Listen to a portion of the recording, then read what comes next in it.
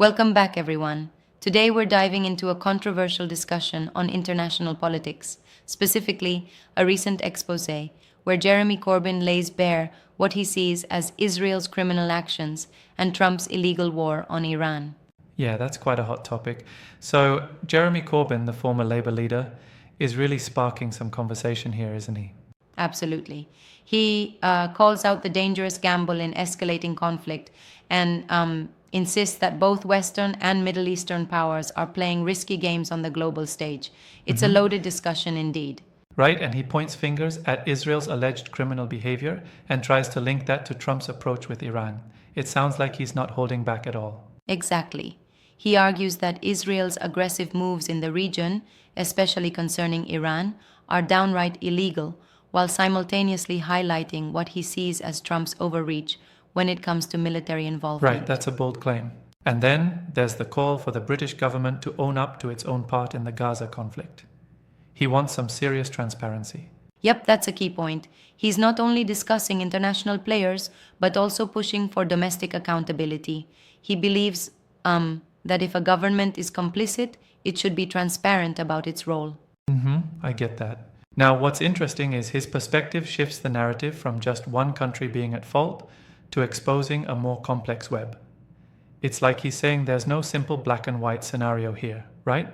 Exactly. It's like we have multiple actors influencing the situation. On one hand, there's the military aggression by Israel, and on the other, a perceived illegal war by Trump. So it's not a one-man show. There's a broad critique of Western interventionism too. But then, isn't it a bit of a stretch to claim that Trump's actions specifically constitute an illegal war on Iran? I mean, doesn't international law complicate these definitions? Good point. I mean, it's definitely controversial.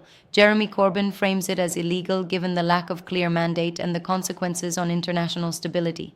True. But some might argue that these were strategic decisions, even if they're seen as aggressive. I'm thinking of how some defense analysts might contend that such moves, while aggressive, fall within a murky area of preemptive defense. And he challenges that narrative quite directly. Right, and that's what makes the conversation so charged. Corbyn is basically countering the official narratives that justify these military actions. Yeah, exactly. And then we also see him pushing the idea of diplomatic solutions over military interventions. I mean, he questions the cost of perpetuating war on all sides.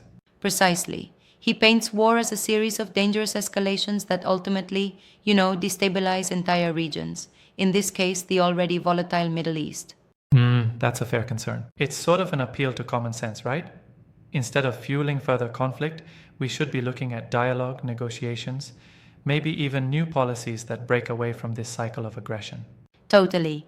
He's calling for the British government to admit its share of missteps, particularly in how it's dealt with issues in Gaza. There's that underlying theme of accountability for past actions, Right on. which really forces us to question long-standing alliances and policies. I must say, though, I find it interesting how he combines critiques of domestic policy with those of international maneuvers. It's like he's weaving together a narrative that implicates both the UK and larger global powers. Yes, indeed. In fact, it's like he's posing the question, who really benefits when governments engage in covert wars or overt military interventions? And on that note, he highlights that both war crimes and illegal actions have consequences for global peace. Absolutely. Now, if I may, I'd like to challenge one point here. While his critique is compelling, don't you think there are valid security concerns driving some of these actions, especially when nations face threats in real time? That's a very valid counterpoint. I mean, we have to consider that some policymakers might argue these measures are preemptive or necessary for national security. But then, Corbyn's stance is that such actions are disproportionate and frankly illegal under international law. That's debatable. Yes, it's definitely a balancing act. The challenge is regulating power while ensuring security. And sometimes lines get blurred between political strategy and outright aggression. Exactly. And his insistence on a clear admission from the British government about its role in Gaza adds an extra layer to the discussion.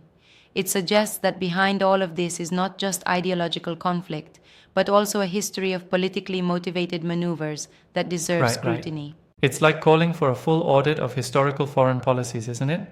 Accountability for actions that have long-term ramifications.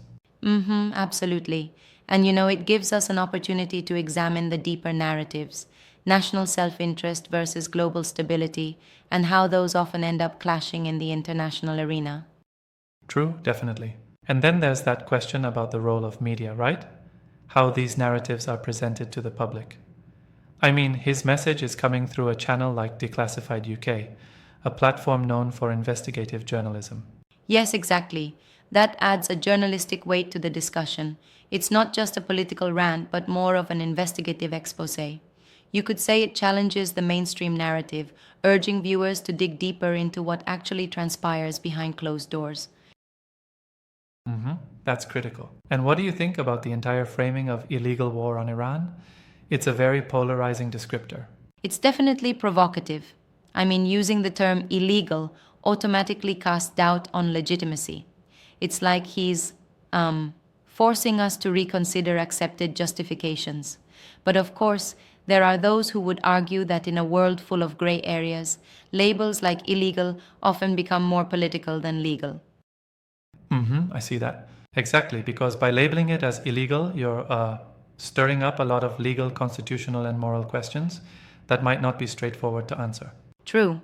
And there's that dynamic discussion where, while advocating for accountability, he also highlights the irony in political alliances. Sometimes these alliances sustain themselves even in the face of questionable actions. That's a tough Definitely. pill to swallow for many. I mean, it almost feels like a wake up call, not just condemning these actions, but asking us to rethink how we support these power structures. Right. And if we pivot a little, think of it as an invitation to critically examine our own biases when it comes to international news. Like, are we accepting the narrative presented, or are we looking at the underlying exactly. complexities? It also forces us to consider historical context, doesn't it? Past conflicts, shadows of previous wars, and the accumulation of regional grievances. The lessons from history are all too relevant. Absolutely. It's like a mirror held up to how power, history, and propaganda interact. And Corbyn's commentary is a stark reminder that these are not isolated events. They're connected to a long history of political Yep, maneuvering. that's spot on. Now, stepping back a minute, while his perspective is gripping and provides a critical counter-narrative, do you think his approach risks oversimplifying some of the complex security issues at play? Well, that's one criticism that's been raised. There's a danger in reducing multifaceted geopolitical dynamics to binary oppositions. But on the flip side, framing the debate in clear terms can mobilize public opinion, even if it's a bit polarizing. That's fair. And sometimes, a polarizing viewpoint is a catalyst for deeper discussions and ultimately better policy formulation if it forces decision makers to re-examine long-held positions. Right, it's like in these heated discussions, even if you disagree with every point, you're contributing to a larger conversation about accountability, ethical governance, and avoiding unchecked military interventions. Yes, that's important. At the end of the day, it's debates like these that push us to be more critical consumers of news and more aware of the layers behind headline-grabbing events. Exactly. And if nothing else, Jeremy Corbyn's take forces us to ask these difficult questions. Are we just pawns in a larger political game, or can we drive change by holding power to account? Indeed. It's a lot to chew on. Wars, accountability, and the complexities of global power. Thanks for walking through that with me. Anytime. And remember, folks, keep questioning and digging deeper because the truth is often found when we dare to challenge the status quo. Absolutely. Until next time, keep your minds open and your dialogues lively.